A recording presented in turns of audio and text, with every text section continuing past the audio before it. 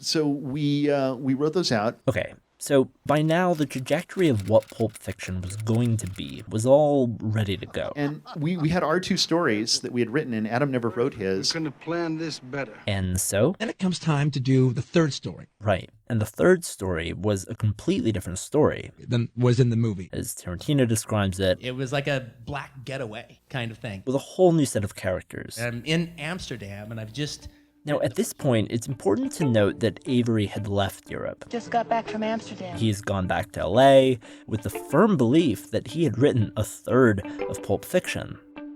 Meanwhile, Tarantino stays behind, embellishing every word of every story, adding new dialogue, and then, ultimately, completing the movie. I've just written the first story, I've written the second story, and I'm getting ready to start writing the third one. And I go, I can't introduce these brand new characters in fucking hour 60. Who cares? Who cares? That's not going to work at all. And then I go, well, wait a minute. I have a non sequitur at the beginning by having these guys show up with these fellows and taking this briefcase. And I actually had the thing where they shoots the guy in the car earlier on. No, wait a minute.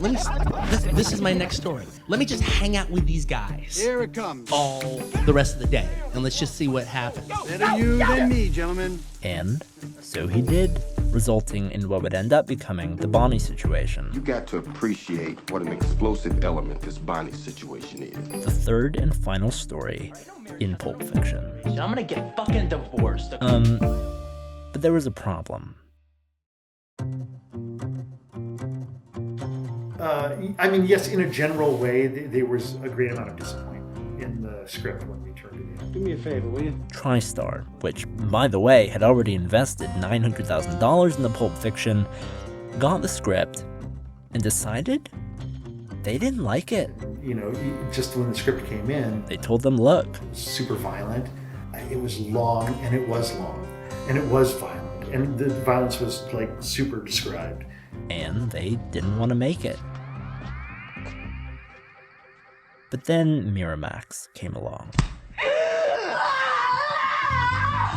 And they got it. And they swept in. And gave Quentin the support he needed. And, you know. Yeah, we have Pulp Fiction. But remember that title card I put up at the beginning? So originally, Tarantino and Avery were signed on to Pulp Fiction as co-writers. Only now, you know, Tarantino's a pretty big deal. He wants his signature on everything he does, and he wants his movies to say, a film by Quentin Tarantino at the beginning, and written and directed by Quentin Tarantino at the end. But throw in Avery as co-writer, and suddenly you can't put written and directed up on the same card. Up and everything, and just blow it all, just tonight, Now, according to this book, Down and Dirty Pictures, a dive into the 90s independent film scene, the whole thing went down something like this. Hello? Hello? Avery gets a call from Tarantino's attorney, who basically says, hey, you can either accept a story by credit instead, or you can have nothing for Pulp Fiction. And Avery is furious, fights for his co-writing credit, but eventually gives in to the ultimatum. Again, maybe, probably, but ask Avery about all of this today, and you get a very different story. According to him, it was Tarantino who called him personally. What do you think she'll do? He called me and asked me if he could alter the credits contractually. It was kind of, much of it was written before Reservoir Dogs and before, you know, all the stuff that was in there was written at this other time in our life. And he just called me up and he's like, you know what, I'd really like the credits to read this way. And, you know, I just said, sure, yeah, go for it. Now, normally something like this wouldn't just happen. Pulp Fiction came at a time before we were in the Writers Guild, and so there was... See, the Writers Guild of America has very strict rules about how credit gets assigned and displayed in a movie, but Tarantino and Avery didn't have that kind of intermediary. There was no one telling us the credits have to read like this. Win this handsome trophy that Marilyn here is holding.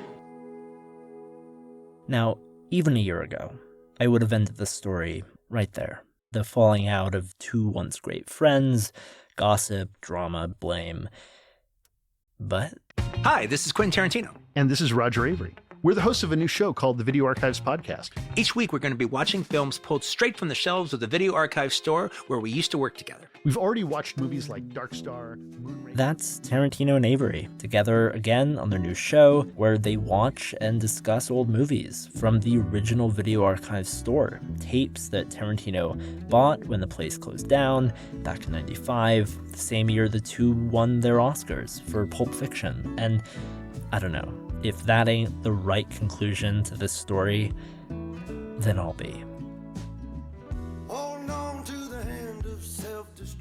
You know, it's one thing when you're just two guys working in a video store trying to write scripts, and it's another thing when you add all the other elements of the business that change the dynamic of a friendship. And so I think at a certain point it just became a conscious decision, or maybe even a subconscious decision of, let's just let our friendship be our friendship.